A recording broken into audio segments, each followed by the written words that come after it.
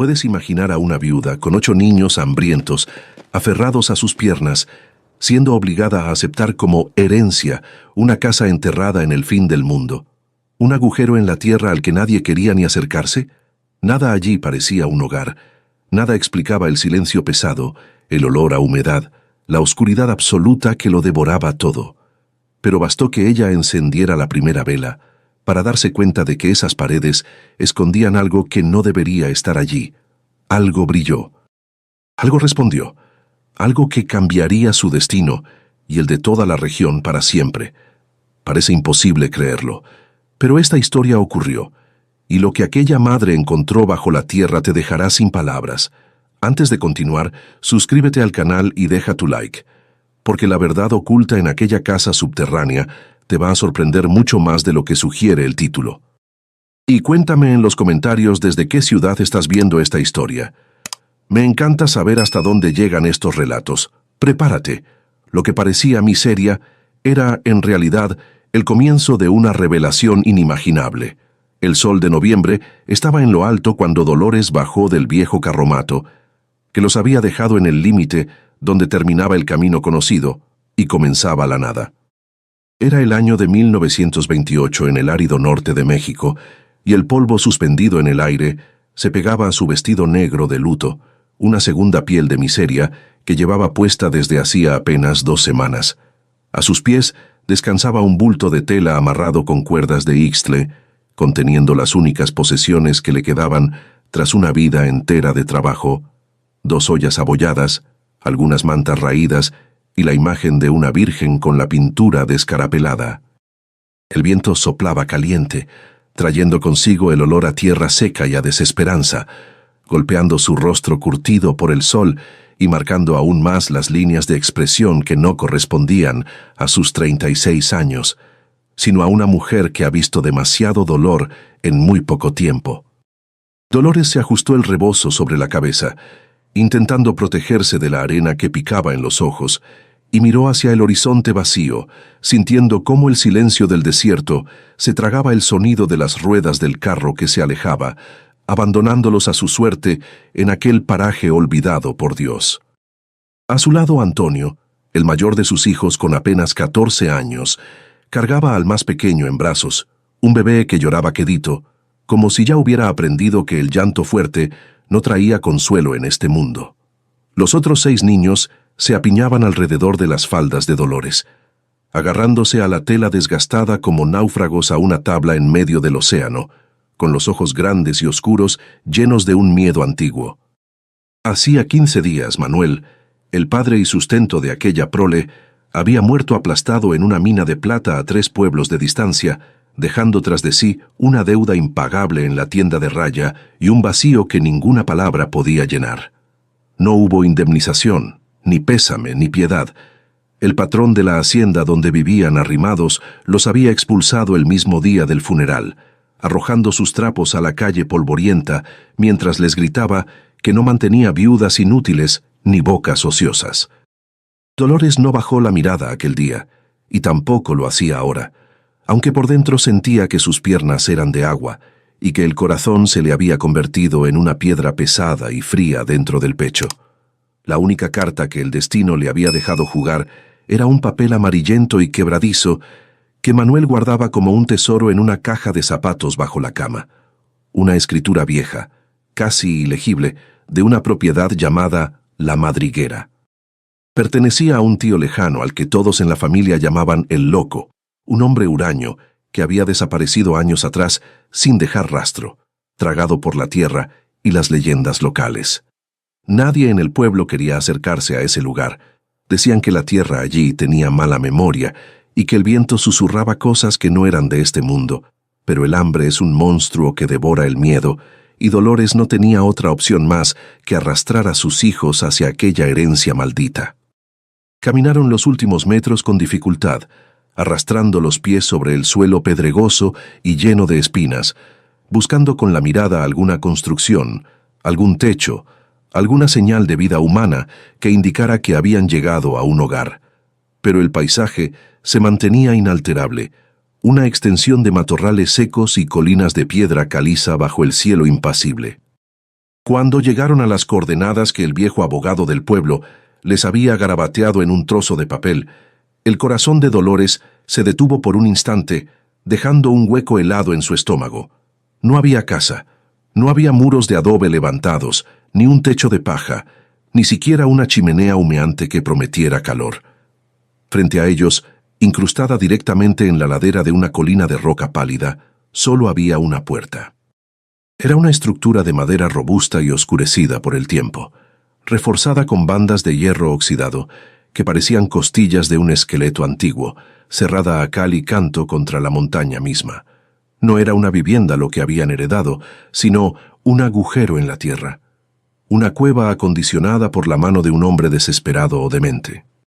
Los niños se quedaron inmóviles, conteniendo la respiración, mientras el viento silbaba al pasar por las grietas de la madera, produciendo un sonido que se parecía demasiado a un lamento humano, erizando la piel de los brazos de Dolores bajo el sol inclemente. Con las manos temblorosas, Dolores sacó la llave grande y pesada de hierro forjado que llevaba colgada al cuello con un cordón de cuero, sintiendo su peso frío contra la piel sudorosa. Se acercó a la puerta, que parecía emanar un frescor antinatural en contraste con el calor del exterior, y metió la llave en la cerradura. El mecanismo protestó con un chirrido agudo, metal contra metal, óxido contra óxido, un sonido que rasgó el silencio del desierto, como un grito de advertencia. Antonio se adelantó para ayudarla, y entre los dos empujaron la hoja de madera maciza que cedió lentamente, revelando una oscuridad absoluta que parecía tener textura y peso. Un olor antiguo golpeó sus rostros, una mezcla de humedad encerrada, tierra mojada y algo metálico que Dolores no supo identificar en ese momento, pero que le revolvió el estómago. No era el olor de un hogar, era el olor de las entrañas de la tierra, el aroma de un lugar que había permanecido dormido y sellado durante demasiado tiempo, esperando a que alguien cometiera el error de despertarlo. Dolores encendió un cabo de vela que traía en el bolsillo del delantal, protegiendo la llama vacilante, con la mano ahuecada, mientras daba el primer paso hacia el interior.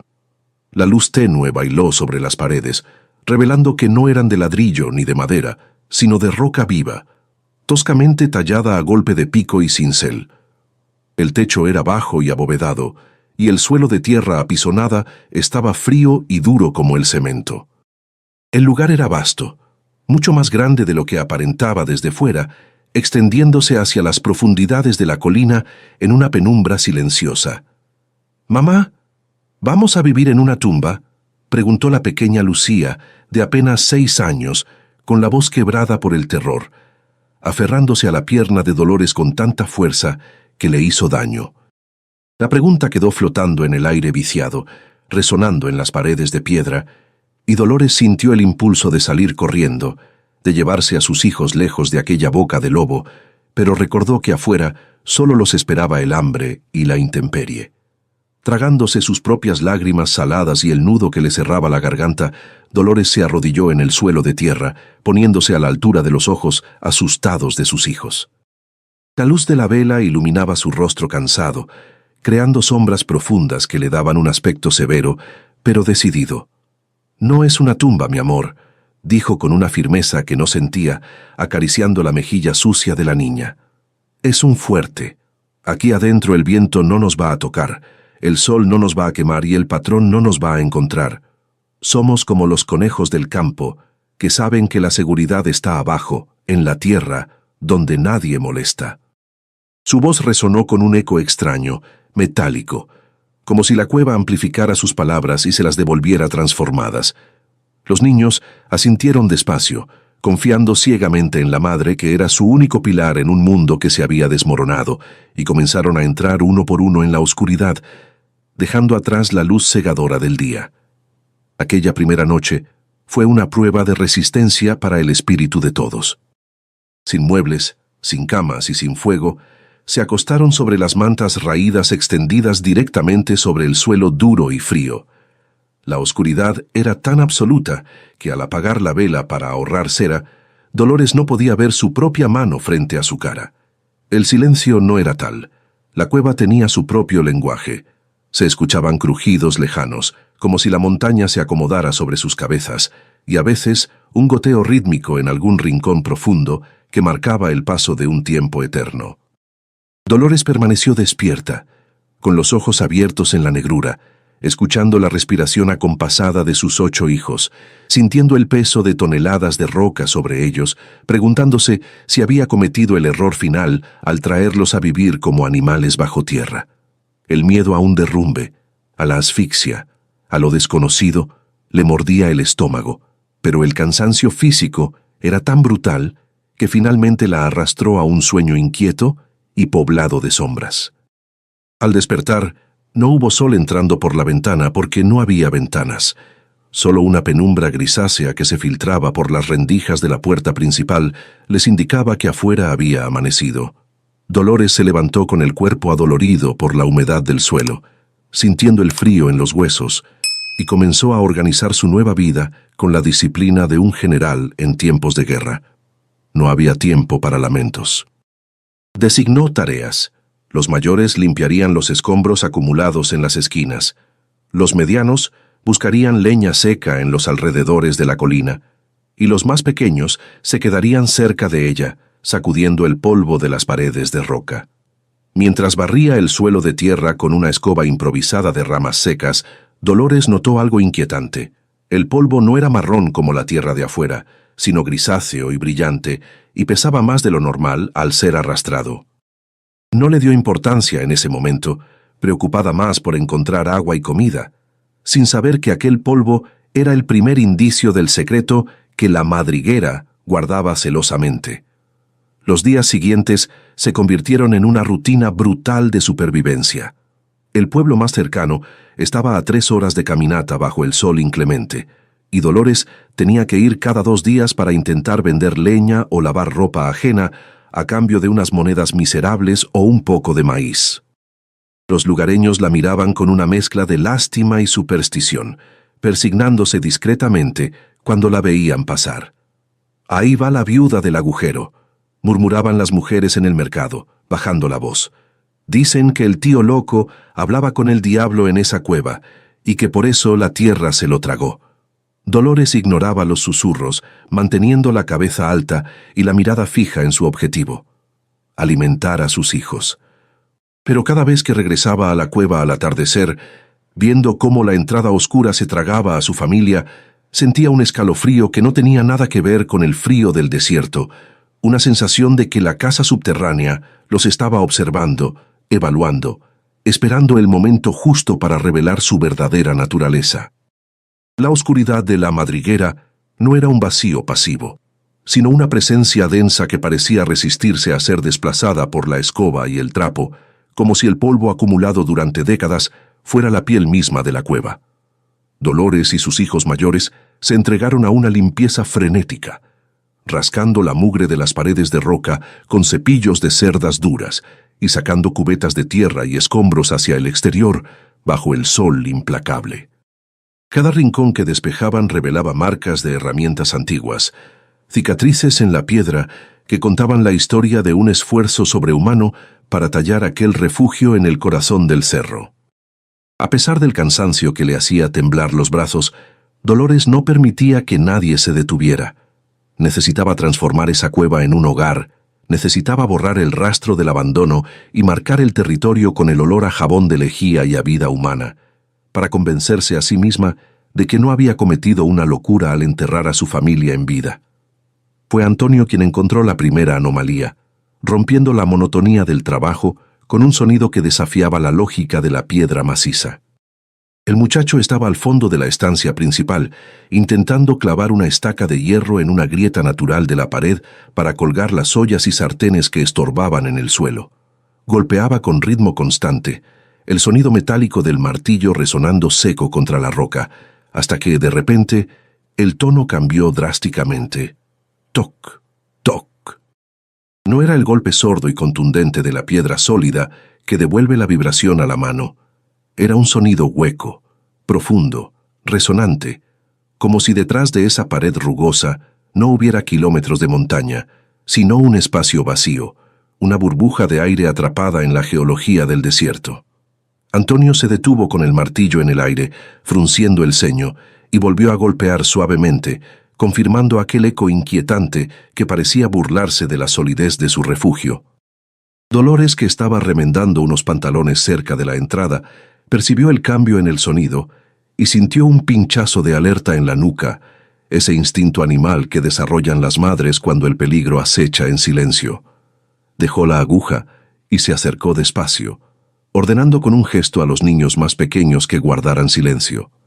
Puso la oreja contra la pared fría y áspera, cerrando los ojos para concentrarse, bloqueando el sonido de su propia respiración acelerada. Al principio solo escuchó el silencio pétreo, pero luego, muy al fondo, captó algo más, un silbido tenue y constante, casi imperceptible, como el siseo de una serpiente o el correr del viento a través de un túnel estrecho. Había una corriente de aire circulando detrás de la roca, una vena respiratoria en la montaña que sugería que la madriguera no terminaba allí, que había algo más allá de lo que sus ojos podían ver, un secreto emparedado que susurraba en la oscuridad. La inquietud que aquel descubrimiento sembró en el pecho de Dolores no tuvo tiempo de germinar, porque esa misma noche el cielo del desierto decidió mostrar su cara más violenta. Las nubes negras se habían estado acumulando sobre la sierra desde la tarde, pesadas y cargadas de electricidad, tiñendo el horizonte de un morado amoratado que presagiaba desgracia. Cuando la tormenta estalló, no lo hizo con timidez, sino con un rugido de trueno que hizo vibrar el suelo bajo sus pies y sacudió los dientes de los niños. La lluvia se soltó de golpe, una cortina de agua densa y furiosa que golpeaba la tierra seca con la fuerza de 1000 látigos, transformando el polvo en lodo, en cuestión de minutos, y borrando el mundo exterior bajo un diluvio bíblico. Dentro de la cueva, el sonido de la tormenta llegaba amortiguado pero amenazante, como si estuvieran dentro del vientre de una bestia que ruge, y la temperatura descendió bruscamente. El verdadero terror comenzó cuando el agua, buscando su camino natural cuesta abajo, empezó a lamer el umbral de la puerta reforzada. Al principio, fue solo un hilo de agua sucia que se colaba por debajo de la madera, pero pronto se transformó en un arroyo constante que amenazaba con inundar su único refugio y mojar las pocas mantas y víveres que tenían. «Traigan los trapos, muevan las cosas hacia el fondo», gritó Dolores, su voz luchando por imponerse al estruendo del agua y el pánico. Los niños corrían de un lado a otro, resbalando en el barro que se formaba en la entrada, mientras Dolores intentaba crear un dique desesperado con piedras y ropa vieja. La naturaleza parecía empeñada en expulsarlos, en escupirlos de aquel agujero, y la sensación de vulnerabilidad era aplastante. No tenían a dónde ir si la cueva se inundaba. Afuera solo había muerte por hipotermia o arrastrados por la corriente de algún arroyo repentino. En su desesperación por salvar las posesiones más secas, Dolores posó su mirada en un viejo arcón de madera que yacía olvidado en una esquina oscura, medio podrido por la humedad y cubierto de telarañas. Pensó que si lograban moverlo y colocarlo como barricada junto a la puerta, su peso y tamaño podrían ayudar a desviar el flujo del agua. «Antonio, ayúdame con esto», ordenó, y ambos se afianzaron al mueble pesado, empujando con los hombros y los pies, gruñendo por el esfuerzo. El arcón parecía estar clavado al suelo, reacio a moverse, como si tuviera raíces en la tierra apisonada.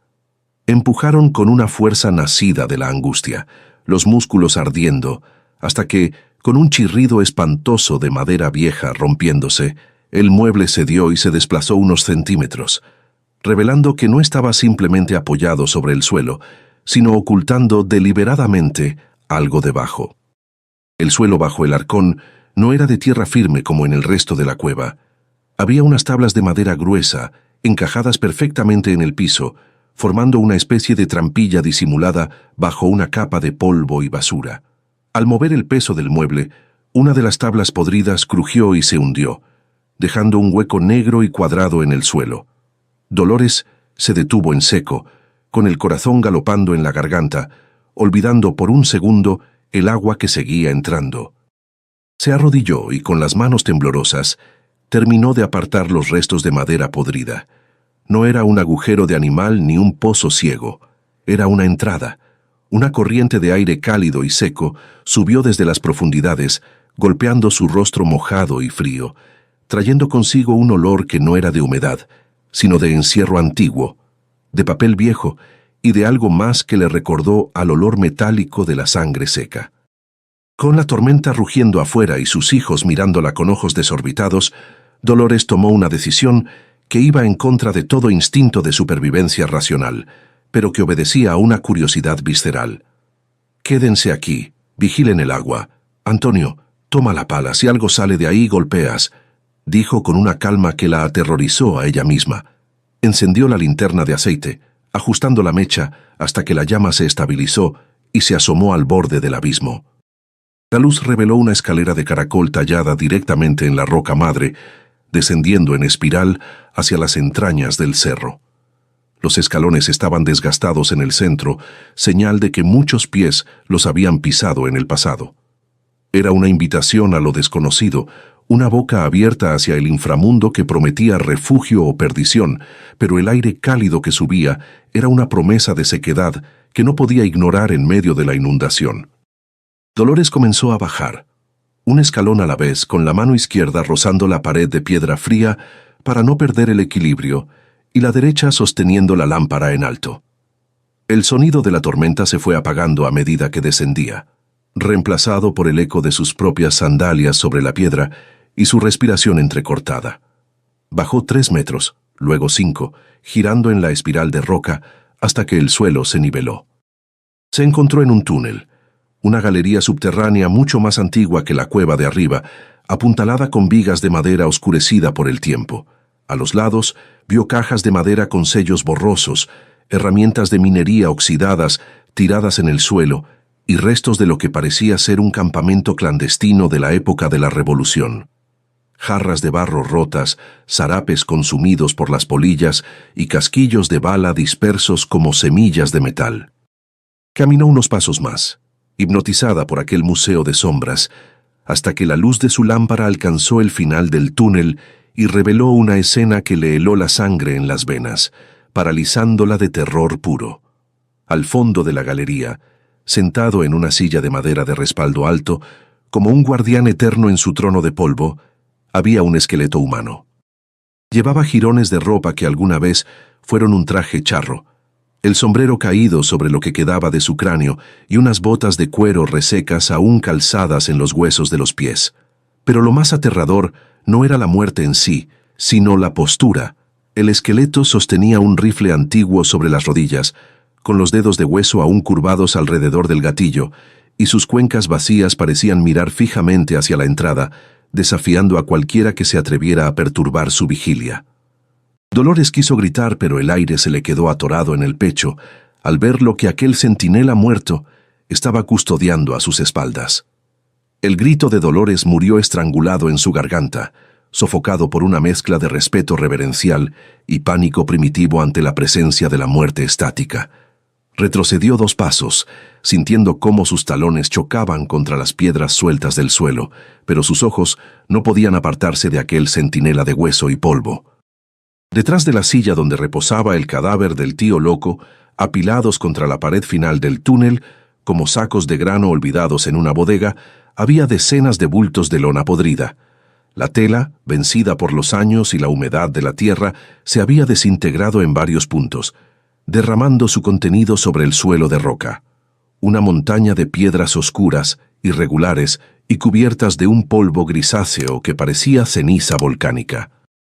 A primera vista, bajo la luz temblorosa de la linterna de aceite, aquello parecía carbón o escoria de mina, desechos sin valor que un loco habría guardado en su delirio, pero había algo en la densidad del aire, un peso metálico en el ambiente, que le decía a Dolores que no estaba ante basura.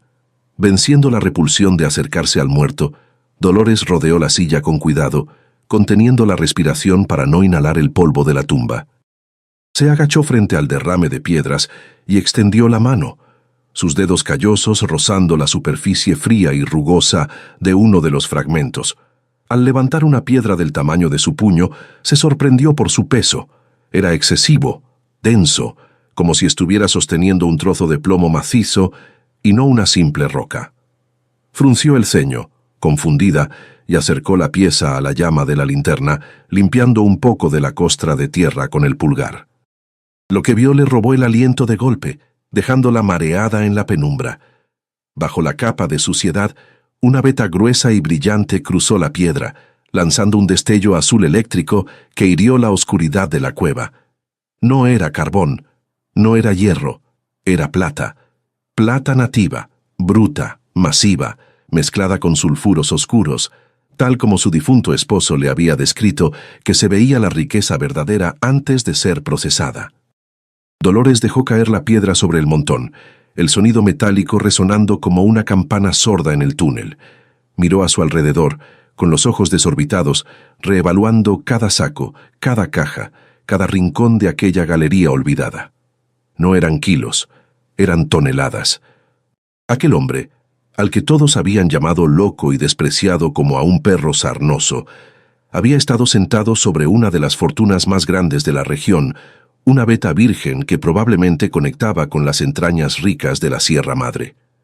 Había muerto protegiéndola, quizás esperando que la revolución terminara, que los bandoleros se fueran, que llegara un tiempo de paz que nunca alcanzó a ver. Ahora ella, una viuda hambrienta con 8 hijos y zapatos rotos, era la dueña de aquel imperio subterráneo, pero en lugar de sentir euforia o alegría, lo que sintió fue un terror frío y paralizante que le heló la sangre más rápido que el viento del desierto. Si alguien se enteraba, el tendero del pueblo, el cura, o peor aún don Anselmo, el cacique que controlaba la tierra y el agua con puño de hierro, ella y sus hijos no durarían ni una noche.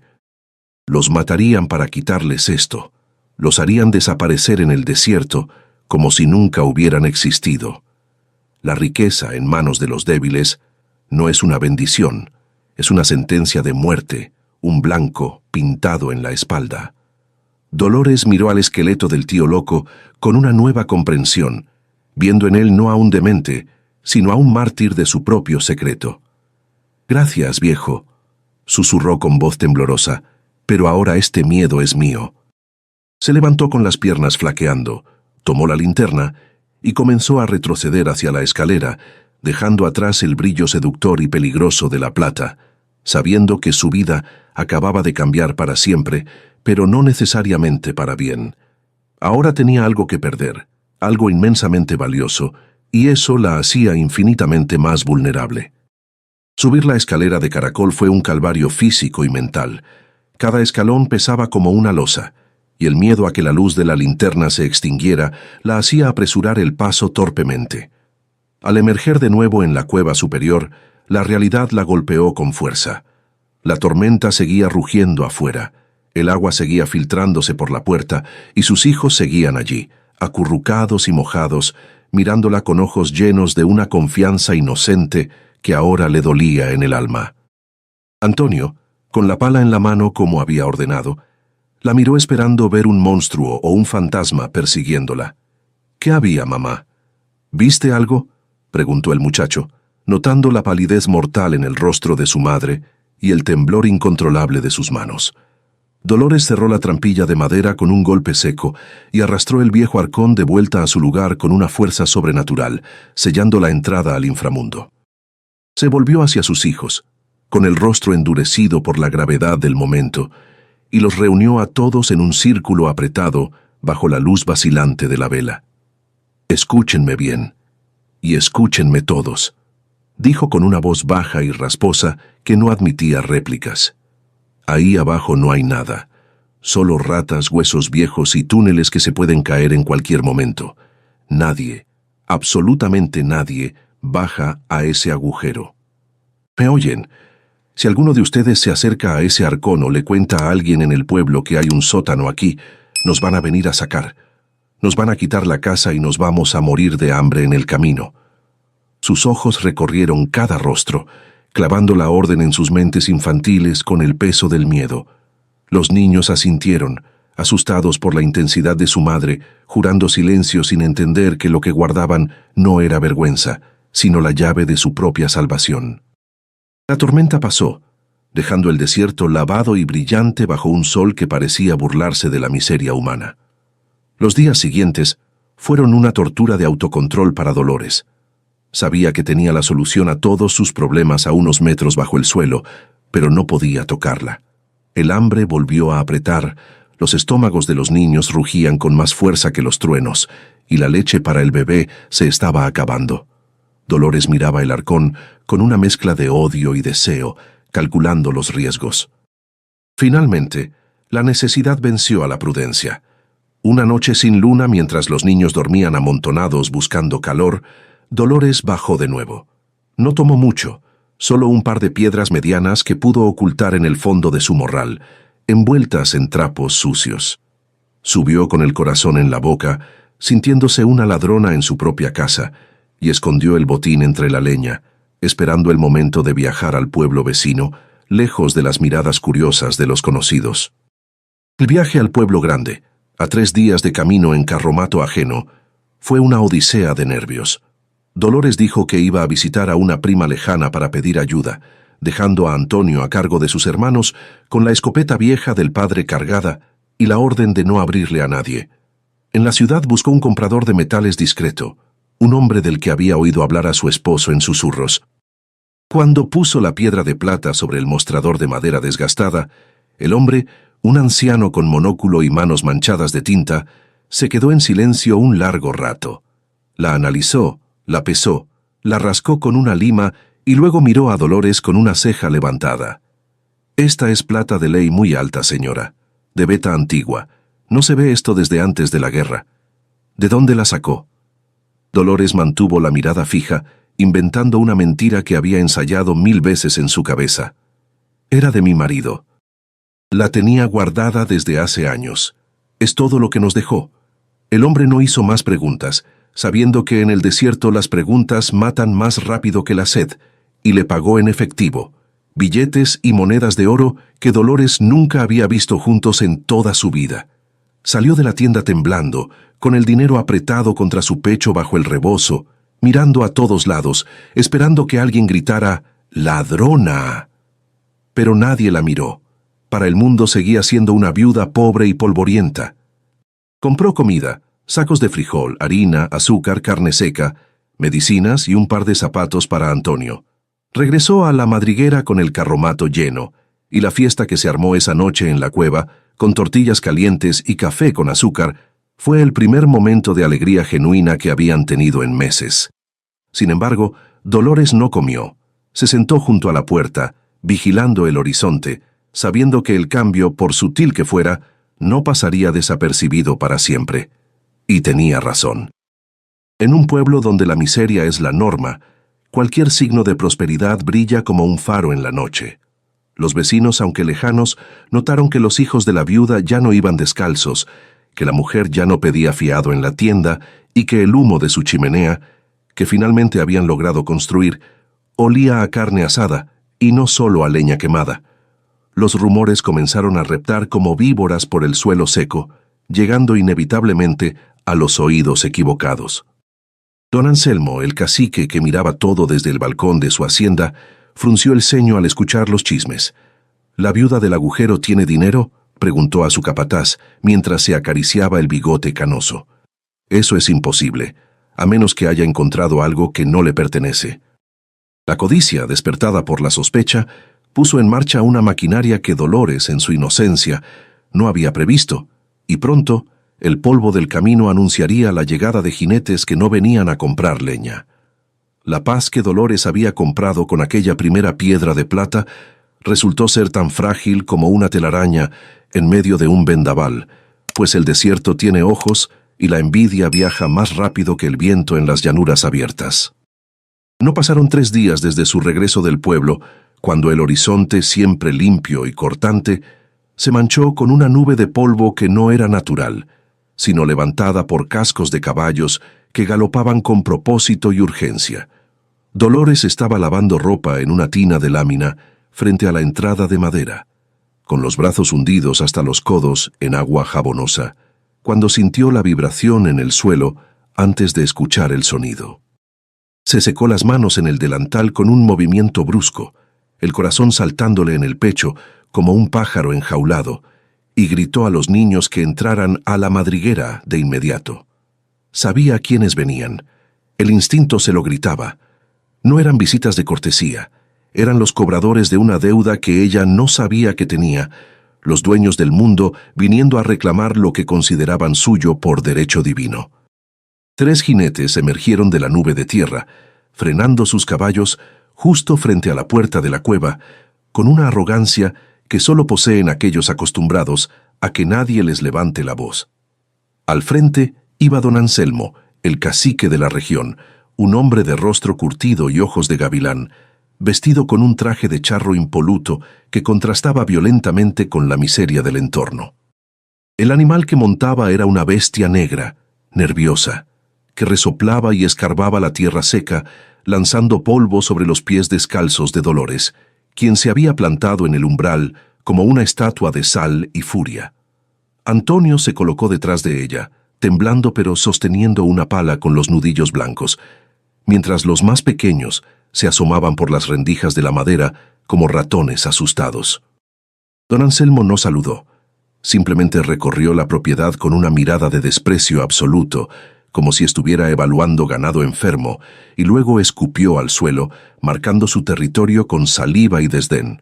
«Así que aquí es donde se esconden las ratas», dijo el cacique con una voz que era como el restallar de un látigo, sin dignarse a mirar a Dolores a los ojos. «Me han dicho que la viuda tiene dinero ahora, que anda comprando harina fina y zapatos nuevos». Curioso, muy curioso, para una mujer que hace 2 semanas no tenía dónde caerse muerta. Dolores levantó la barbilla, sintiendo el calor de la injusticia subirle por el cuello, y apretó los puños a los costados.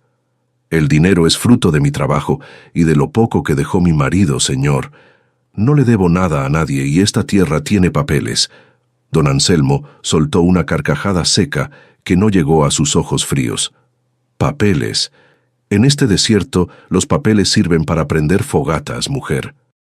Esta colina está dentro de los linderos de mi hacienda. Siempre lo estuvo, solo que el viejo loco de tu tío no valía la pena el esfuerzo de sacarlo. Pero tú estás engordando en tierra ajena». La amenaza flotó en el aire caliente, pesada y tóxica, transformando la conversación en una sentencia. Uno de los hombres de don Anselmo, un capataz con una cicatriz que le cruzaba la mejilla, desabrochó la funda de su pistola con lentitud deliberada, un gesto calculado para sembrar el terror. «Tienen hasta el amanecer para largarse», continuó el cacique, inclinándose sobre la silla de montar para que su sombra cayera sobre Dolores. «Quiero esta cueva vacía y limpia. Si cuando salga el sol todavía huelo su peste aquí, voy a derrumbar la entrada con ustedes adentro. Y créeme, viuda, nadie va a venir a buscarlos bajo toneladas de piedra». Dio media vuelta al caballo con un tirón brutal de las riendas y se alejó al galope, seguido por sus hombres, dejando tras de sí una nube de polvo que sabía a miedo y a pólvora. Dolores se quedó allí parada, viendo cómo la muerte se alejaba solo para tomar impulso y regresar con más fuerza al día siguiente.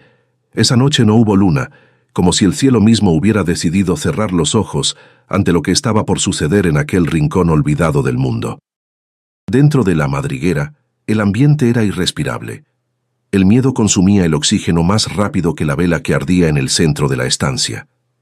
Los niños lloraban en silencio, abrazados unos a otros, entendiendo sin necesidad de palabras que el mundo exterior los quería borrar. Dolores caminaba de un lado a otro, como una leona enjaulada, tocando las paredes de roca fría, buscando una respuesta en la piedra misma. No podían irse.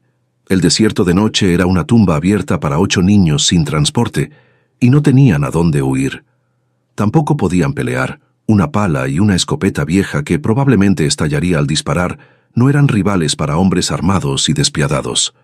La única ventaja que tenían era el terreno, la propia cueva que don Anselmo despreciaba, pero codiciaba en secreto. Fue entonces cuando Dolores recordó el eco, aquel sonido hueco que Antonio había descubierto días atrás, y la extraña acústica de los túneles inferiores que amplificaba cualquier ruido hasta convertirlo en un rugido monstruoso. Una idea desesperada y peligrosa comenzó a tomar forma en su mente, una locura nacida de la necesidad absoluta de proteger a su manada. «Antonio, ayúdame a mover el arcón», susurró, y esta vez no hubo vacilación en el muchacho. Abrieron la entrada al inframundo, y el aire viciado de los túneles subió a recibirlos, cargado con el olor de la plata y la muerte. «Vamos a bajar todos», ordenó Dolores a los pequeños. «Abajo estarán seguros. Nadie hace ruido, nadie llora. Mamá tiene que hacer un trabajo». Bajaron en fila india descendiendo hacia las entrañas de la tierra, dejando la superficie que pronto se convertiría en un campo de batalla. Al llegar al nivel de la galería donde reposaba el tío loco, la presencia del esqueleto ya no parecía aterradora, sino casi reconfortante, como si fuera un ancestro velando armas junto a ellos. Dolores buscó entre las cajas viejas que había ignorado la primera vez, apartando los sacos de plata que ahora le parecían piedras inútiles si no servían para salvarles la vida. Encontró lo que buscaba en una caja de madera podrida, marcada con letras rojas casi borradas. Cartuchos de dinamita antiguos, sudados por la nitroglicerina inestable, y rollos de mecha lenta. Eran restos de la minería clandestina del tío, herramientas de destrucción que ahora eran su única esperanza. Sus manos temblaban al manipular los explosivos. Sabía que un movimiento en falso podía sepultarlos a todos allí mismo, convirtiendo la cueva en su tumba definitiva, pero el miedo a los hombres de arriba era mayor que el miedo a la química inestable. Con la ayuda de Antonio, que sostenía la linterna con una madurez impropia de sus 14 años, Dolores colocó una carga pequeña en un punto estratégico del túnel, lejos de los cimientos principales, pero cerca de una chimenea de ventilación natural que conectaba con la superficie. El plan no era matar a nadie. Dolores no era una asesina, era una madre. El plan era usar la voz de la montaña, hacer que la tierra rugiera con tal furia que el miedo primitivo venciera a la codicia de don Anselmo. «La montaña va a hablar por nosotros, hijo», le dijo a Antonio mientras desenrollaba la mecha, calculando la distancia necesaria para estar a salvo de la onda expansiva. El silencio del túnel era absoluto, roto solo por el latido frenético de sus corazones y el crujido ocasional de la madera vieja, como si la mina estuviera conteniendo la respiración, esperando el momento de liberar su grito contenido. La espera del amanecer fue una agonía psicológica que estiró las horas hasta que parecieron siglos. Dolores se sentó en el primer escalón de la espiral, con la punta de la mecha en una mano y un cerillo en la otra, escuchando los sonidos de la superficie a través de las grietas de la roca. Cada aullido de coyote, cada ráfaga de viento, le hacía tensar los músculos, esperando el sonido de los cascos. Sus hijos dormían o fingían dormir al fondo de la galería, envueltos en mantas, ajenos a que estaban descansando sobre una fortuna en plata, mientras su madre se preparaba para volar una parte de su refugio.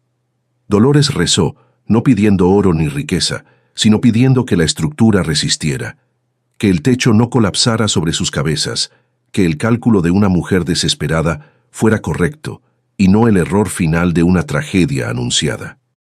Cuando la luz gris del alba comenzó a filtrarse tímidamente por las rendijas de arriba, el suelo vibró. No fue el viento, era el ritmo inconfundible y pesado de caballos al paso, muchos caballos, rodeando la colina como buitres descendiendo sobre la carroña. Se escucharon voces ásperas, risas crueles y el golpe metálico de algo golpeando la puerta de madera. «¡Se acabó el tiempo, viuda!», gritó la voz de don Anselmo, filtrándose amortiguada pero clara hacia el interior. «Salgan o los quemamos dentro». Dolores no respondió. Con una calma fría que le heló las entrañas, raspó el cerillo contra la piedra. La llama siseó, azul y naranja, y prendió la mecha. El fuego comenzó a correr como una serpiente viva hacia la oscuridad, y Dolores se cubrió los oídos, abrió la boca para equilibrar la presión y esperó a que el infierno se desatara para salvar su cielo.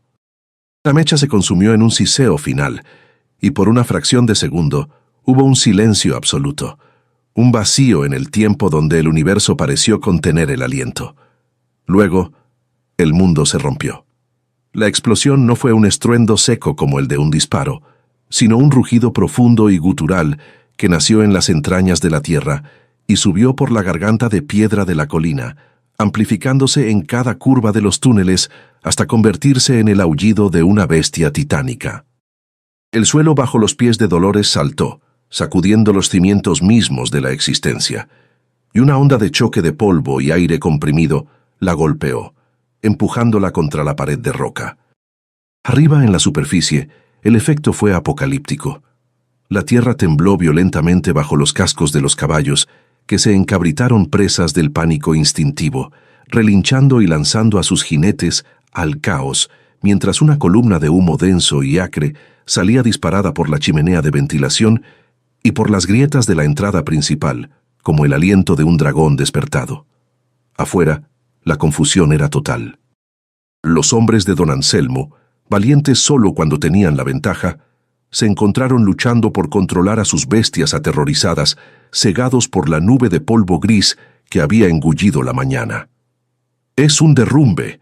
¡La mina se viene abajo!», gritó uno de los matones, con el rostro pálido bajo la máscara de tierra, convencido de que habían despertado la ira de la montaña. El sonido continuaba reverberando, un eco monstruoso que no cesaba, rebotando entre los cerros circundantes y creando la ilusión de que el peligro estaba en todas partes. Don Anselmo intentaba mantener la compostura, tirando de las riendas de su caballo negro que giraba en círculos enloquecidos.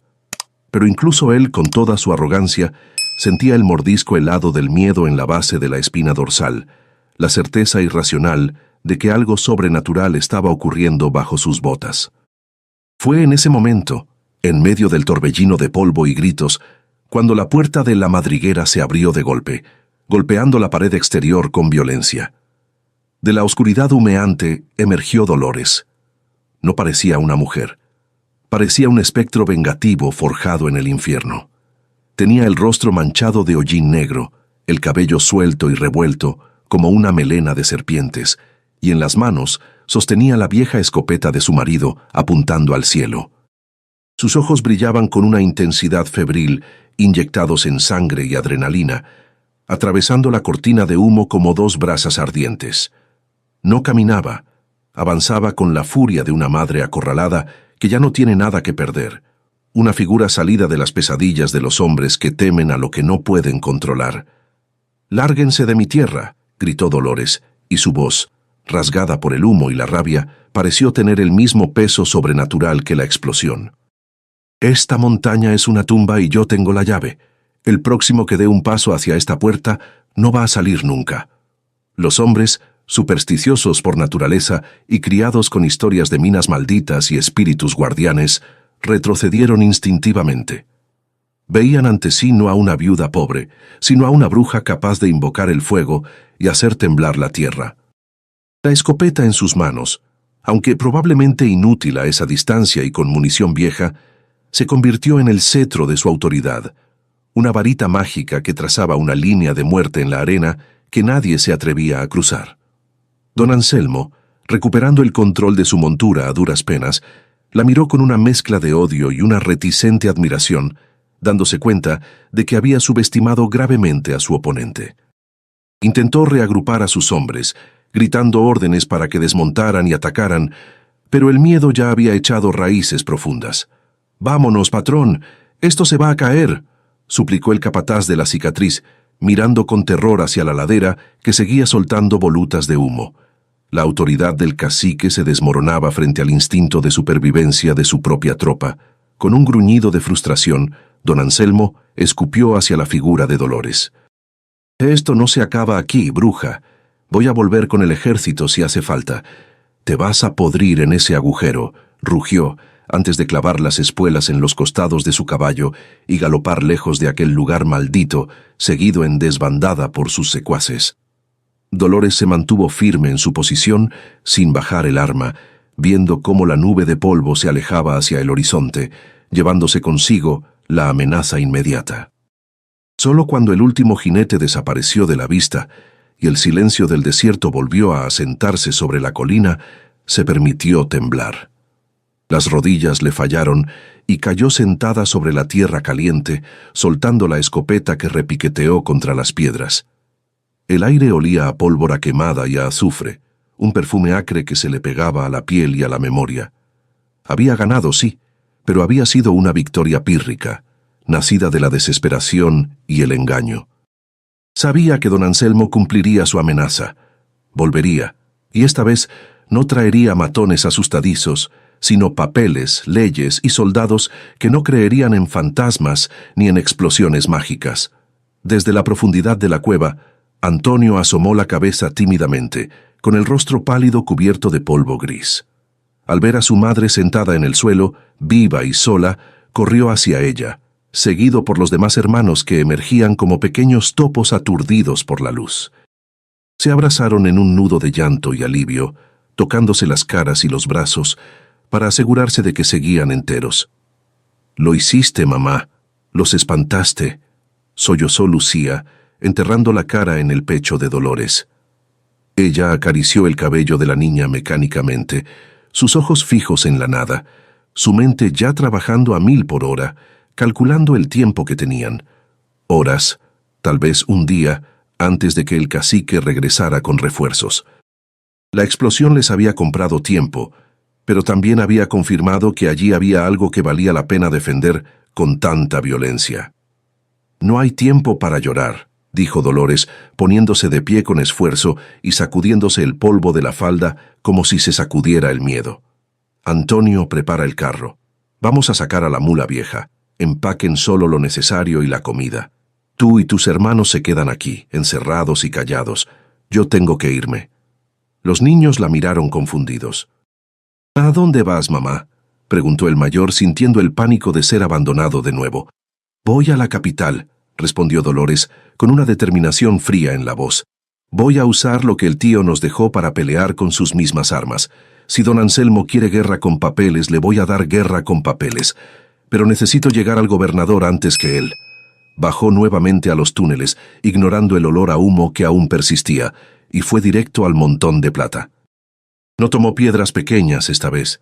Llenó 2 sacos de lona resistentes, con los fragmentos más puros y pesados que pudo cargar, eligiendo aquellos donde la veta de plata brillaba con más intensidad, prometiendo riqueza inmediata a quien los viera.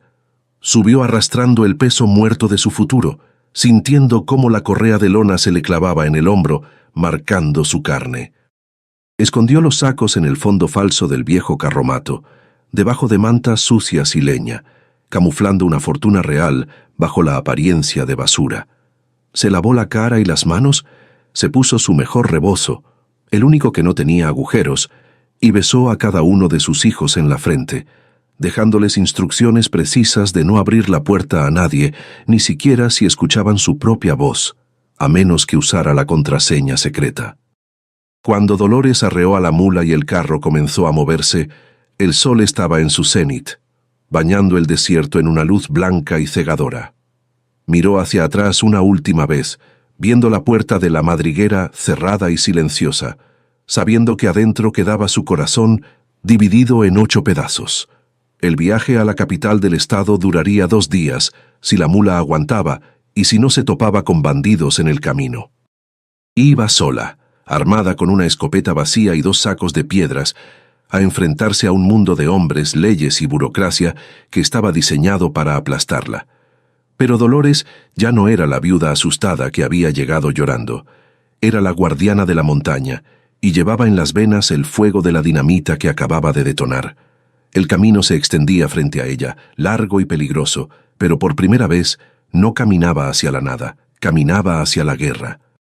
El camino a la capital no fue un viaje, fue una penitencia de polvo y sol que duró 2 días eternos, donde cada paso de la mula vieja parecía ser el último antes del colapso. El calor del desierto no daba tregua, cocinando la piel de Dolores bajo el rebozo negro hasta dejarla curtida como el cuero viejo, mientras la sed le pegaba la lengua al paladar con un sabor a óxido y desesperación. No se detuvo más que lo estrictamente necesario para dar agua al animal y comer un trozo de carne seca sin bajarse del pescante, con la escopeta cruzada sobre las piernas y los ojos inyectados en sangre, vigilando el horizonte trémulo por el calor. Llevaba 2 sacos de piedras que valían más que la vida de todos los que se cruzaba en el camino, escondidos bajo leña podrida, y el peso de ese secreto era una carga física que le doblaba la espalda más que el cansancio.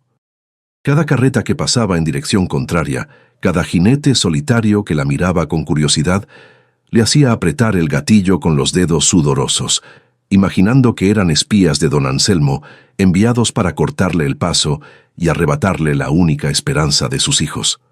La noche en el camino fue aún peor que el día, un abismo de frío y soledad donde los aullidos de los coyotes se mezclaban con los fantasmas de su propia culpa. Dolores no durmió.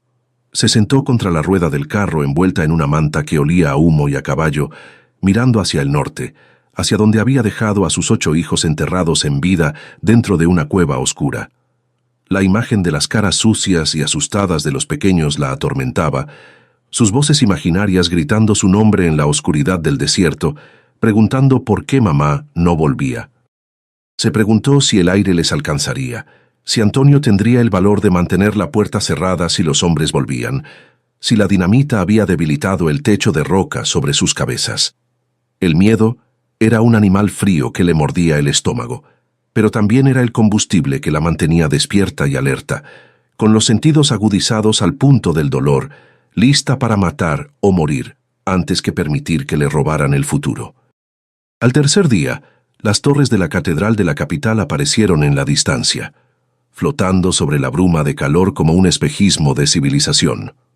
La ciudad era un monstruo ruidoso y caótico de calles empedradas, tranvías eléctricos y gente que caminaba con prisa sin mirar a nadie a los ojos. Dolores entró con su carromato destartalado, sintiéndose minúscula y fuera de lugar, una mancha de miseria rural en medio de la opulencia urbana de fachadas coloniales y trajes de lino. El ruido de los motores y los gritos de los vendedores ambulantes la aturdieron después de tanto silencio, pero no dejó que la intimidación la frenara. Preguntó a un vendedor de periódicos dónde encontrar al mejor abogado de tierras, no al más barato, sino al más feroz, al que no tuviera miedo de ensuciarse las manos. El hombre la miró de arriba abajo con desdén, viendo solo a una india pobre, y le señaló un edificio de cantera gris cerca del Palacio de Gobierno con una mueca de burla. Entrar en aquel despacho fue una humillación calculada. La secretaria, una mujer de nariz respingada y polvos de arroz en la cara, intentó echarla antes de que cruzara el umbral, arrugando la nariz ante el olor a sudor y camino que Dolores despedía. «El licenciado no atiende limosnas ni casos de oficio hoy», dijo sin levantar la vista de su máquina de escribir. Dolores no discutió. Avanzó con paso firme, ignorando los chillidos de indignación de la mujer, y empujó la puerta doble de caoba del despacho principal. El abogado, un hombre calvo y corpulento que fumaba un puro detrás de un escritorio inmenso, levantó la vista sorprendido por la intrusión. Antes de que pudiera llamar a la policía o gritar, Dolores cerró la puerta con el pestillo, caminó hasta el escritorio y dejó caer uno de los sacos de lona con un golpe sordo y pesado que hizo saltar los tinteros de cristal. «No vengo a pedir limosna, licenciado», dijo Dolores con voz ronca pero firme, mirando al hombre a los ojos con la intensidad de quien ha sobrevivido al infierno. «Vengo a comprar justicia, y vengo a pagarla al contado». Desató el nudo de la lona con dedos rápidos, y volcó el contenido sobre la madera pulida del escritorio. Las piedras negras y grises rodaron entre los papeles legales, soltando polvo y esquirlas de roca. El abogado miró el montón de escombros con incredulidad y luego con irritación, a punto de ordenar que la sacaran a patadas por loca. Pero entonces, un rayo de sol que entraba por la ventana alta golpeó una de las rocas y la veta de plata pura destelló con ese azul eléctrico inconfundible que detiene el corazón de los hombres codiciosos. El puro se le cayó de la boca al abogado, rodando sobre su chaleco, mientras se inclinaba hacia adelante como si hubiera sido hipnotizado. «¡Santo Dios!», murmuró el hombre, tomando una de las piedras y sopesándola, sintiendo la densidad imposible del metal precioso. Sacó una lupa de un cajón y examinó la veta, sus ojos agrandándose tras los cristales. «¿De dónde sacó esto, mujer? Esto es plata de ley, plata virgen». Dolores se mantuvo erguida con las manos cruzadas sobre el vientre, su figura enlutada contrastando con el brillo de la riqueza esparcida. «Es de mi tierra, una mina que ha estado dormida 50 años. Y hay una montaña entera de esto, pero un cacique me la quiere quitar. Quiero registrarla, pagar todos los impuestos atrasados desde la época de Porfirio Díaz hasta hoy y quiero un papel firmado por el gobernador que diga que esa tierra es de mis hijos y que cualquiera que la toque se las verá con el ejército. El abogado, cuyo nombre era Don Felipe y que había hecho su fortuna defendiendo a terratenientes, sintió un cambio tectónico en la habitación. Ya no veía a una viuda sucia, veía a la cliente más rica que había entrado en su despacho en años. La codicia profesional reemplazó al desprecio de clase en un instante. Se levantó, abotonándose el saco, y le ofreció una silla con una reverencia casi cómica. «Señora», empezó cambiando el tono a uno meloso. «Doña Dolores», corrigió ella secamente. «Doña Dolores, si lo que dice es cierto y esto es solo una muestra, podemos arreglarlo. Pero costará. Los impuestos, los sobornos, los trámites urgentes, la burocracia es lenta y cara». Dolores señaló el segundo saco que aún tenía en el suelo. «Ahí hay más, y si hace falta, traigo otro la semana que viene. Pero lo necesito hoy. Mis hijos están encerrados en esa mina y hay hombres armados esperando a que yo falle». La maquinaria legal se puso en marcha con una velocidad que solo el dinero real puede comprar.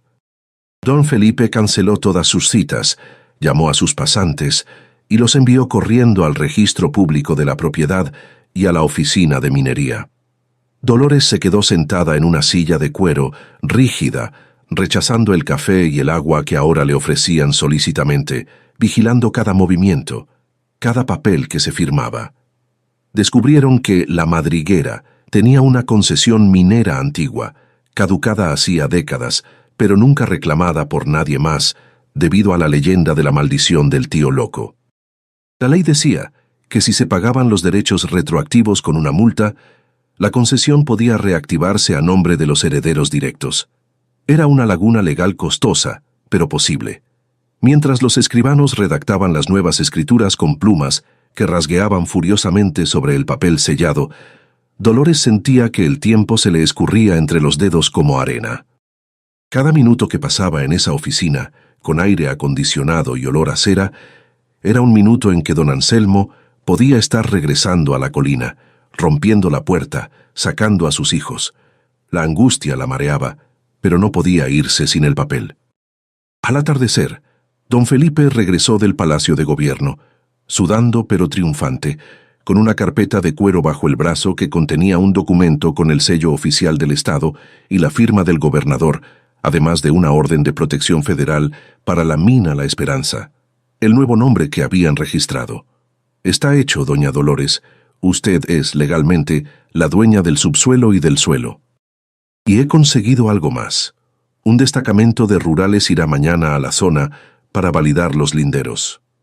«Mañana es tarde», dijo Dolores, poniéndose de pie y arrancándole la carpeta de las manos. «Yo me voy hoy, y los rurales que me sigan». Salió del despacho dejando atrás las piedras de plata como pago, sin mirar atrás, impulsada por una urgencia que le quemaba las suelas de los pies. La vuelta sería aún más peligrosa. Ahora no solo llevaba su vida, llevaba la prueba legal que destruiría el poder de don Anselmo, y si él la interceptaba en el camino y destruía esos papeles, todo habría sido en vano. La noche caía sobre la ciudad cuando Dolores subió a su carromato, fustigó a la mula cansada y enfiló de nuevo hacia el desierto negro, rezando para que la puerta de madera reforzada con hierro hubiera aguantado un día más contra la maldad de los hombres. El regreso a través del desierto nocturno se convirtió en una alucinación febril, donde la realidad y la pesadilla se entrelazaban bajo la luz fría de las estrellas. La mula, agotada hasta el límite de su resistencia, tropezaba con cada piedra del camino, sus resoplidos rítmicos marcando el compás de la angustia de Dolores, quien mantenía los ojos abiertos a la fuerza, pellizcándose la piel de los brazos hasta hacerse sangre para no caer dormida sobre las riendas. Cada arbusto retorcido por el viento parecía la silueta de un jinete agazapado. Cada sombra de cactus se transformaba en la figura de don Anselmo esperando con un rifle.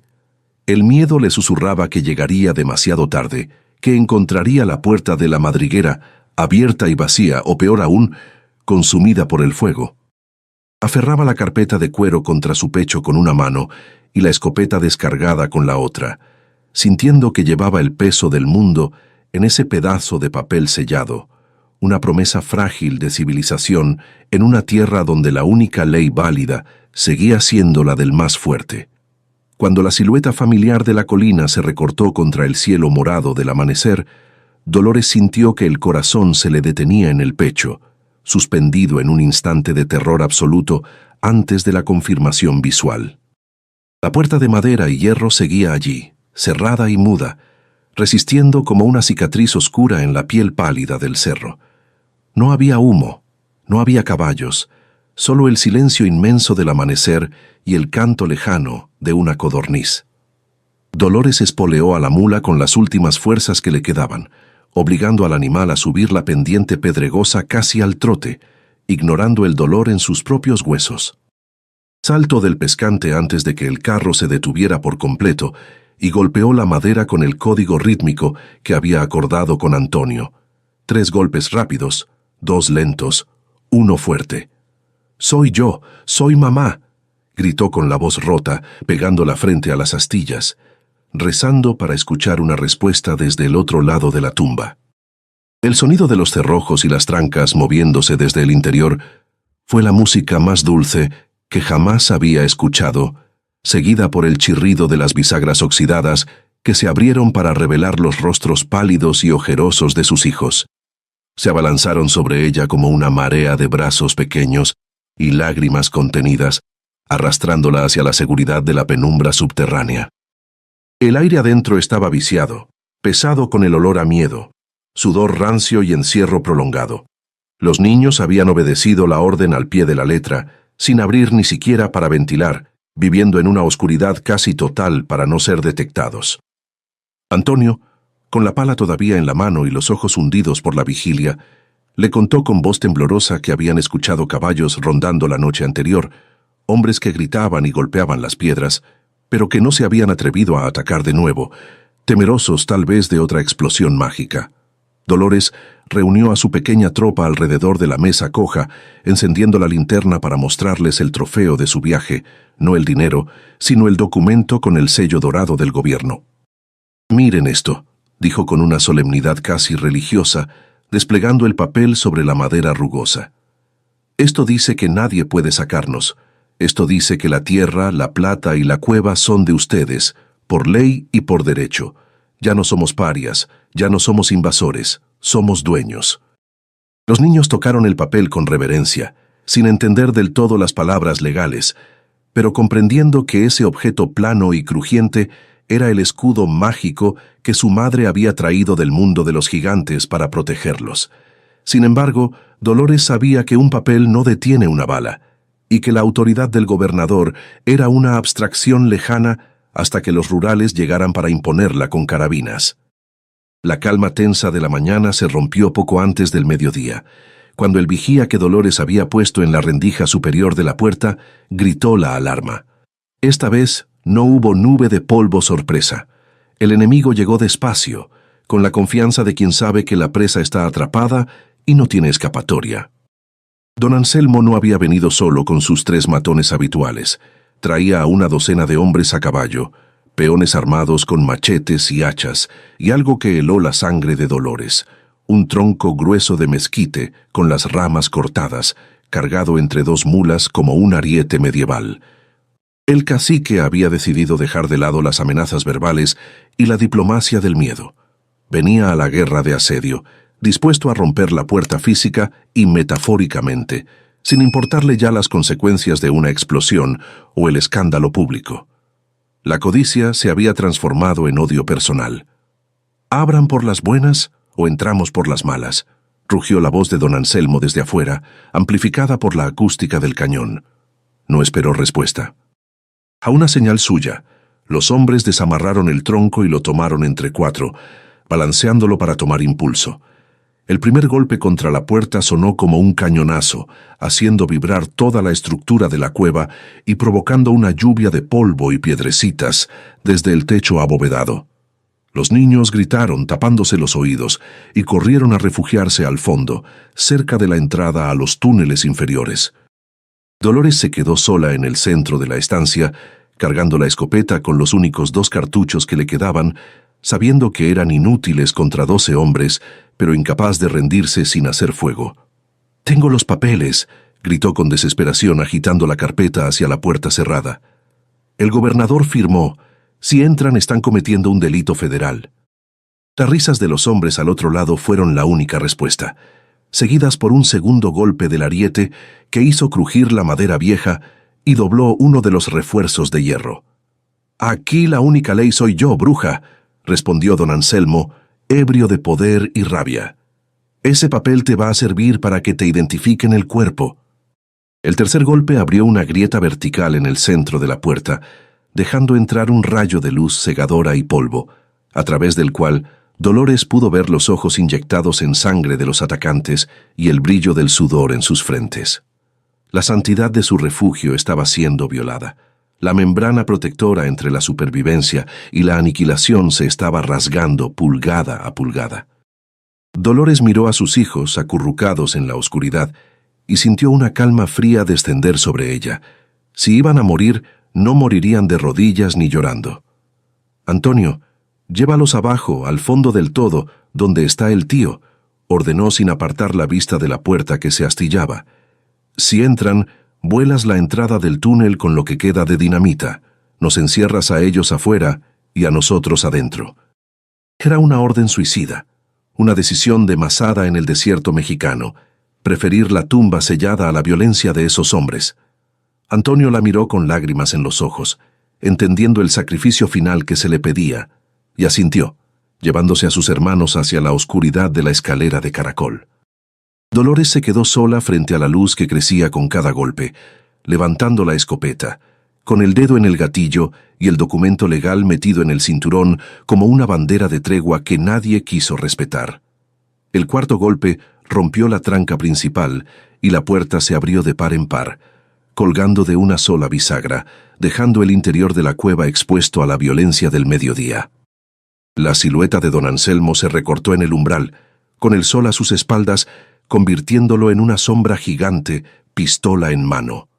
Detrás de él, sus hombres se agolpaban, ansiosos por el saqueo y la violencia. Dolores no vaciló. Levantó el cañón del arma hacia el pecho del cacique. «Un paso más y te vas al infierno conmigo», siseó, y por un segundo el tiempo se congeló. Don Anselmo vio la determinación suicida en los ojos de la viuda y dudó, su dedo temblando sobre el gatillo de su revólver. Pero la inercia de la violencia es difícil de frenar. Los hombres detrás empujaron, gritando, rompiendo el momento de duda. Justo cuando el primer disparo estaba por romper el aire, un sonido nuevo, diferente al de los caballos y los golpes, llegó desde el camino. Era el sonido agudo y repetitivo de un clarín militar, cortando el aire caliente del desierto como un cuchillo de hielo. Todos se congelaron, atacantes y defensora, girando las cabezas hacia el horizonte. De la misma nube de polvo de la que habían salido los matones, emergió ahora una fuerza diferente. Una columna de jinetes uniformados de color caqui, con sombreros de fieltro y carabinas Mauser cruzadas al pecho. Eran los rurales. No eran 2 o 3, sino un destacamento completo de 20 hombres, galopando en formación cerrada, levantando una pared de autoridad que hizo que los peones de don Anselmo bajaran las hachas instintivamente. Don Anselmo palideció, su arrogancia drenándose de su rostro como el agua en la arena al reconocer al capitán que lideraba la carga. Dolores bajó la escopeta lentamente, sintiendo que las piernas se le convertían en agua, y se dejó caer de rodillas sobre la tierra de su casa, aferrando el papel contra su pecho, mientras la caballería llegaba para cambiar el destino de la madriguera para siempre. El capitán de los rurales, un hombre de bigote espeso y mirada de acero templado, desmontó con una calma que contrastaba violentamente con el caos que reinaba segundos antes. Sus botas de cuero bruñido crujieron sobre la tierra seca mientras caminaba hacia el centro del conflicto, con la mano descansando casualmente sobre la funda de su pistola, un gesto de autoridad que no necesitaba gritos para imponerse. Los hombres de don Anselmo, que momentos antes parecían lobos hambrientos, bajaron la cabeza y enfundaron sus armas, encogiéndose bajo la sombra de la fuerza federal. El capitán se detuvo frente a Dolores, ignorando al cacique, y se quitó el sombrero con un respeto inesperado. «Señora», dijo con voz grave. «Hemos recibido órdenes directas del gobernador de asegurar esta propiedad y proteger a sus habitantes. ¿Es usted doña Dolores?» Ella asintió, incapaz de hablar, y le entregó la carpeta de cuero con manos temblorosas, sintiendo cómo el peso del miedo comenzaba a disolverse en un llanto silencioso que le nublaba la vista. Don Anselmo, recuperando un poco de su arrogancia habitual, intentó intervenir dando un paso adelante con el rostro enrojecido por la ira y la humillación. «Capitán, esto es un malentendido. Esta mujer es una invasora, una ladrona que se metió en tierras de mi hacienda. Mis hombres solo estaban...» El oficial lo cortó con una mirada que hubiera helado el infierno. «Lo que sus hombres estaban haciendo, don Anselmo, se llama allanamiento y asalto a mano armada, y este documento», levantó la carpeta que Dolores le había dado, «dice claramente que la mina La Esperanza es propiedad privada federal. A menos que quiera discutir esto en un calabozo militar en la capital, le sugiero que tome a su gente y desaparezca de aquí antes de que pierda la paciencia». La amenaza fue dicha en voz baja, pero resonó como un trueno en el silencio del mediodía. La retirada de don Anselmo fue el momento más dulce y amargo que Dolores había vivido jamás. El cacique, acostumbrado a hacer la ley y el orden en aquella región olvidada, tuvo que tragar su propio veneno frente a todos. Montó en su caballo negro con movimientos rígidos, lanzando una última mirada de odio puro hacia Dolores, una promesa muda de que la enemistad sería eterna, pero sabiendo que había perdido la guerra por el territorio. Sus peones, despojados de su bravuconería, recogieron el tronco que habían usado como ariete y se marcharon cabizbajos, escoltados por la mirada vigilante de los 20 rurales que mantenían sus carabinas listas. El polvo que levantaron al irse no olía a miedo esta vez, sino a victoria, un aire limpio que barrió la atmósfera opresiva que había asfixiado a la madriguera durante semanas. Cuando el último de los agresores desapareció tras la curva del camino, Dolores sintió que las fuerzas la abandonaban de golpe, como si le hubieran cortado los hilos que la mantenían en pie. Se dejó caer sentada en el umbral destrozado de su casa, soltando la escopeta que repiqueteó contra las piedras, y se cubrió el rostro con las manos sucias de tierra y pólvora.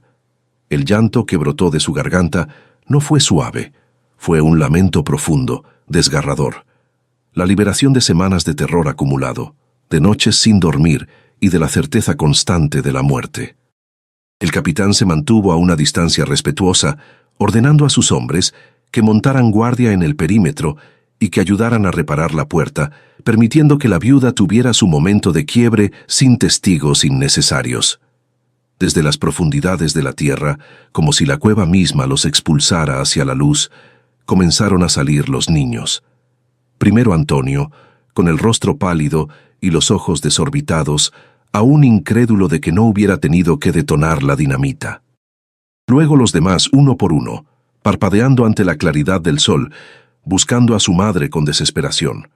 Cuando vieron a Dolores sentada en el suelo, viva y rodeada de soldados que no les apuntaban, corrieron hacia ella en una estampida de brazos y sollozos. La imagen de esa madre en el suelo, abrazada a sus 8 hijos bajo la protección del ejército, con la entrada de su casa subterránea, abierta a sus espaldas como una boca oscura, se grabó en la memoria de los soldados presentes como un retablo vivo de dolor y redención. Esa tarde, la madriguera se transformó. Lo que había sido un sitio de asedio y soledad se convirtió en un campamento lleno de actividad y seguridad. Los rurales, hombres duros acostumbrados a la violencia del campo, se mostraron extrañamente gentiles con la familia. Ayudaron a Antonio a colocar de nuevo la puerta en sus goznes, reforzándola con clavos nuevos, y compartieron sus raciones de comida con los niños hambrientos.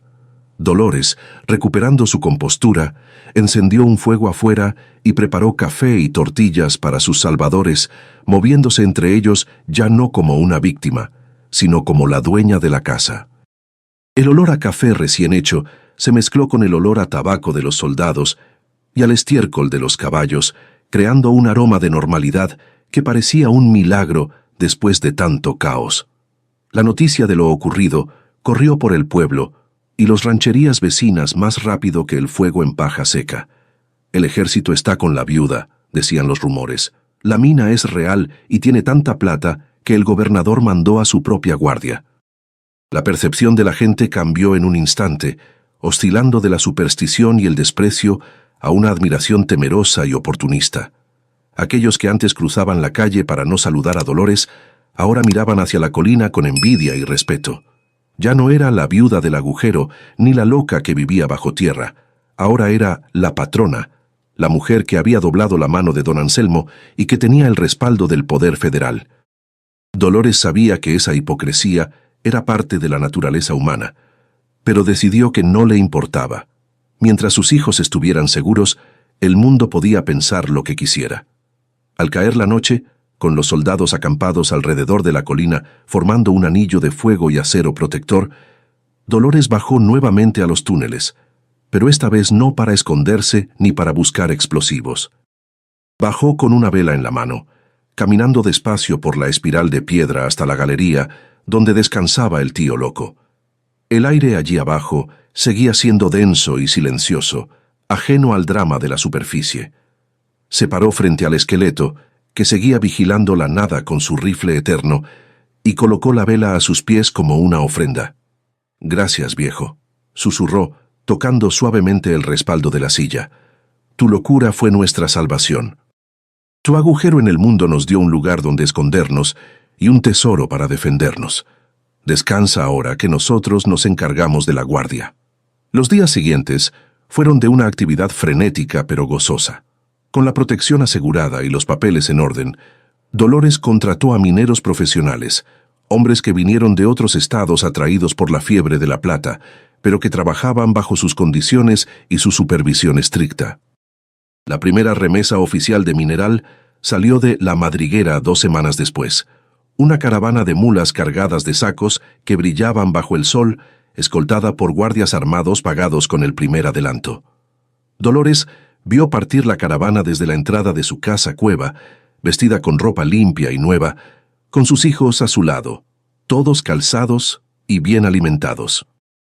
No había alegría desbordante en su rostro, solo una satisfacción tranquila y profunda, la de quien ha caminado por el fuego y ha salido sin quemarse el alma. Sin embargo, la riqueza trajo consigo nuevos desafíos.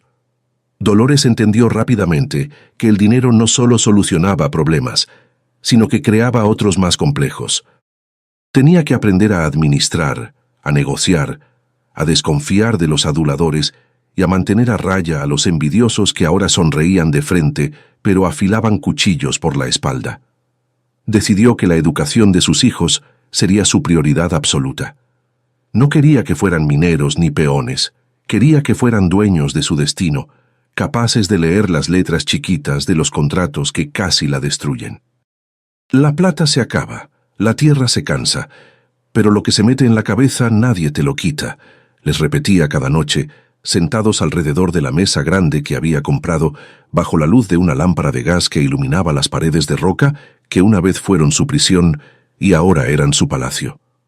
Los años pasaron sobre el desierto no como una brisa, sino como el cincel de un escultor, marcando el rostro de Dolores con nuevas arrugas que ya no eran de angustia, sino de una sabiduría curtida por el sol y la victoria. La mina, La Esperanza, cumplió su promesa con creces, vomitando sus entrañas de plata durante 2 décadas ininterrumpidas, transformando aquella colina estéril en el corazón palpitante de la economía regional.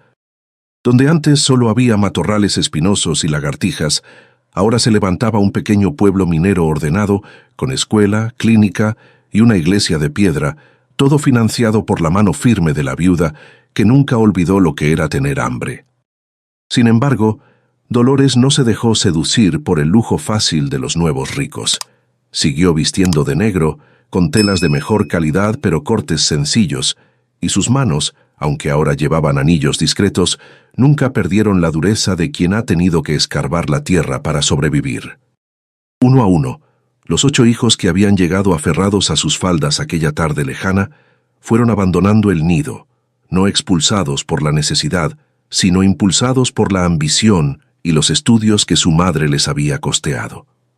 Se fueron a la capital, a la Ciudad de México e incluso al extranjero, regresando años después convertidos en ingenieros, abogados y médicos, hombres y mujeres de bien que hablaban idiomas y entendían de leyes y números. La casa subterránea quedó vacía de risas infantiles, recuperando su silencio original, pero ya no era un silencio aterrador.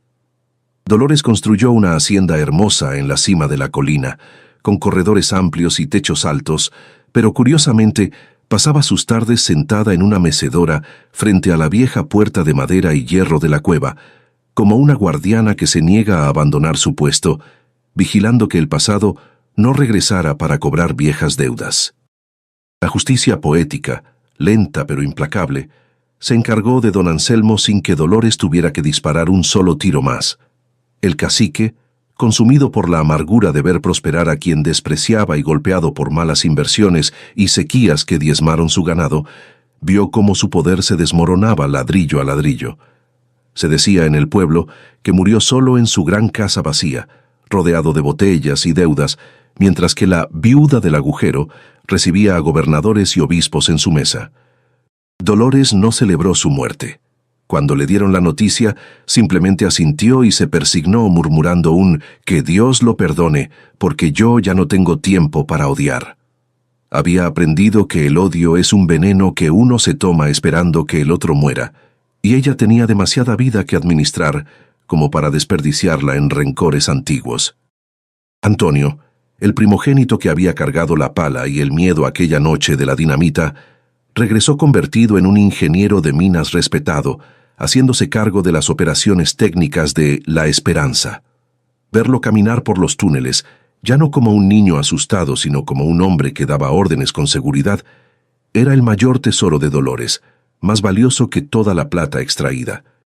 A veces bajaban juntos a la galería profunda, ahora iluminada con luz eléctrica y ventilada con maquinaria moderna, y se detenían frente al nicho donde habían conservado, detrás de un cristal, la silla y los restos del tío loco, convertido en el santo patrono no oficial de la mina.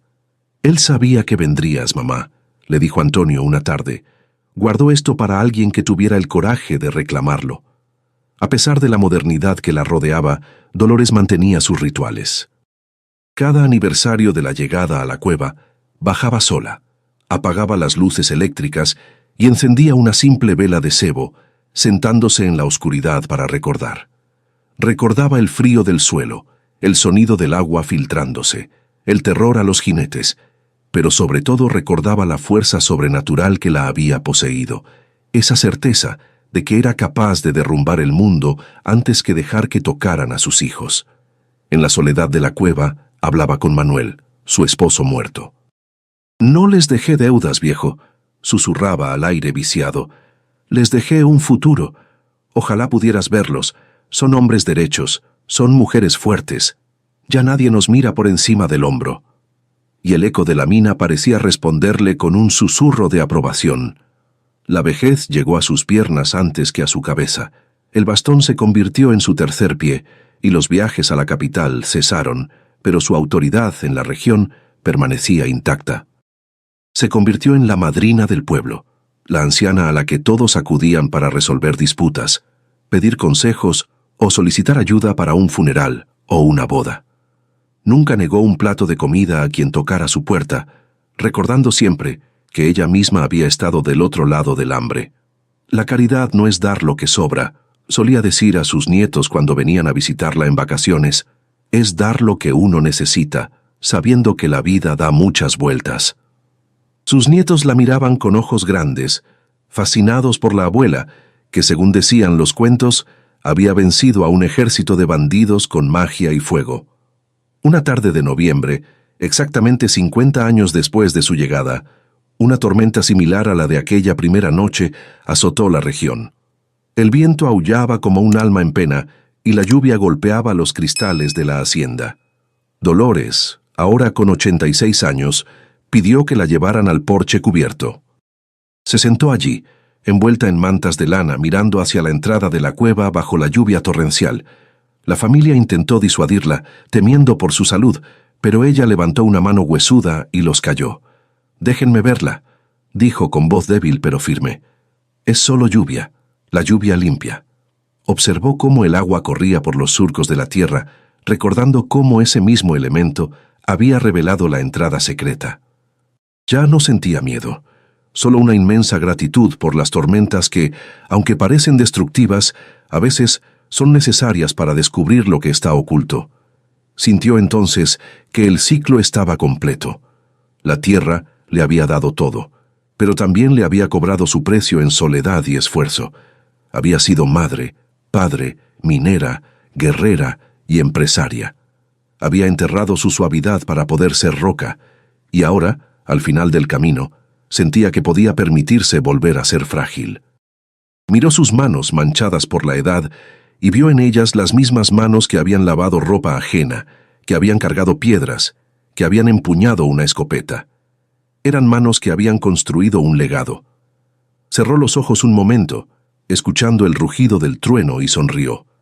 No era el sonido de la amenaza, era el aplauso del cielo por una vida bien vivida, una vida que no se había dejado aplastar. Esa noche soñó con el desierto florido. Soñó que la cueva no era oscura, sino que estaba llena de luz, y que al final de la escalera de caracol no había un esqueleto, sino Manuel, joven y fuerte, extendiéndole la mano para ayudarla a bajar el último escalón. Se despertó con una paz extraña, una ligereza en el pecho que no sentía desde hacía décadas. Llamó a Antonio, que ya tenía canas en las sienes, y le pidió que reuniera a la familia. «Ya es hora», les dijo con serenidad. «La mina es de ustedes, pero la historia es de todos. No dejen que se olvide que venimos de abajo, que somos hijos de la tierra y del esfuerzo. La plata se gasta, pero el nombre se queda». Los días siguientes, Dolores se fue apagando suavemente, como una vela que ha consumido toda su cera y llega al final de la mecha sin titubear. No hubo agonía, solo un lento desvanecerse. Pidió ser enterrada no en el cementerio del pueblo, ni en la capilla de la hacienda, sino en la entrada de la cueva, bajo la sombra de un mezquite viejo que había sobrevivido a todas las sequías. «Quiero estar cerca de la puerta», murmuró en sus últimos momentos de lucidez. «Por si alguno de ustedes necesita volver a entrar, yo les abriré». Y así la mujer, que llegó como una paria, se preparaba para convertirse en la guardiana eterna de la madriguera, fundiéndose finalmente con la tierra que tanto había amado y temido. El entierro de Dolores no fue un día de luto gris, sino una celebración silenciosa y solemne bajo el sol del desierto que tanto la había curtido a lo largo de los años. Gente de 3 pueblos vino a despedirla, formando una fila respetuosa que serpenteaba colina arriba, mezclando los trajes de lino fino con las ropas de trabajo manchadas de tierra de los mineros locales. No se escuchaban llantos desgarradores, porque una vida tan larga y plena no deja deudas con el tiempo. Había, en cambio, un murmullo de gratitud que flotaba en el aire caliente. Las campanas de la iglesia que ella misma había construido repicaban a lo lejos, un sonido metálico que se perdía en la inmensidad del paisaje árido, marcando el final de una era y el comienzo de una leyenda que se contaría por generaciones en aquella tierra de olvido. Sus hijos y nietos cargaron el ataúd de madera sencilla, tal como ella lo había pedido explícitamente en su testamento, sobre sus hombros, rechazando la carroza fúnebre elegante que el gobernador había ofrecido enviar. Antonio, ahora un anciano de pasos lentos pero firmes y cabello blanco, iba al frente de la procesión, sintiendo el peso de su madre no como una carga física, sino como el último honor de un hijo que aprendió a ser hombre bajo su sombra inmensa. Caminaron los últimos metros hacia la entrada de la madriguera con solemnidad, pisando la misma tierra pedregosa y dura donde décadas atrás habían llegado como parias sin futuro ni esperanza. El viento soplaba suave esa tarde, moviendo las ramas del mezquite viejo, como si la montaña estuviera respirando hondo para recibir de vuelta a su hija predilecta. La fosa había sido cavada cuidadosamente justo a la derecha de la puerta de hierro y madera, bajo la sombra protectora del árbol retorcido que había sido testigo mudo de todas sus batallas. Al bajar el ataúd a la tierra, el olor a suelo fresco y raíces rotas llenó el aire, un perfume primitivo y natural que a Dolores siempre le había encantado en vida. No hubo flores exóticas traídas de lejos, ni coronas ostentosas. En su lugar, Cada uno de los presentes se acercó para arrojar un puñado de tierra mezclada con pequeñas piedras de plata bruta, devolviendo a la tierra una fracción de lo que ella les había dado. Era un pacto simbólico y eterno, un ciclo cerrado de riqueza y polvo que recordaba a todos que al final, sin importar cuánto brille el metal, todos volvemos a ser parte del mismo suelo. Antes de que los sepultureros comenzaran a cubrirla por completo, Antonio sacó de su bolsillo la vieja llave de hierro forjado que Dolores había llevado colgada al cuello durante los años más difíciles. Con manos temblorosas por la emoción, la dejó caer sobre la madera de la tapa del ataúd, produciendo un sonido seco y definitivo que resonó en el silencio. «Descansa, mamá. La puerta queda abierta, pero tu guardia ha terminado», susurró con la voz quebrada, mientras una lágrima solitaria recorría el mapa de arrugas profundas de su rostro curtido. Ese gesto simple y privado desató la emoción contenida de la multitud presente. No despedían solo a una mujer amada, despedían a un símbolo de resistencia, a la prueba viviente de que la dignidad no se compra con dinero, sino que se forja a golpes de voluntad contra la roca más dura. Cuando la tierra cubrió finalmente el último rastro del ataúd de madera, un silencio profundo y respetuoso descendió sobre la colina, una quietud más densa que la de la propia mina. No era un vacío desolador, sino una presencia reconfortante que abrazaba a todos. La gente aseguraba sentir que el aire se volvía repentinamente más ligero, como si el espíritu indomable de Dolores ya se hubiera liberado de la jaula de huesos viejos para fundirse con el paisaje eterno. Las mujeres del pueblo se persignaron discretamente, murmurando oraciones antiguas, convencidas de que ahora tenían una santa propia a quien pedirle por las causas difíciles y por los hijos hambrientos. La patrona de plata había dejado de ser carne mortal para convertirse en memoria, y la memoria en el desierto es más duradera y fuerte que la piedra misma. Con el paso lento de los años, la hacienda y la mina siguieron funcionando prósperas, pero el rincón sagrado donde descansaba Dolores se mantuvo intacto, convertido en un santuario improvisado.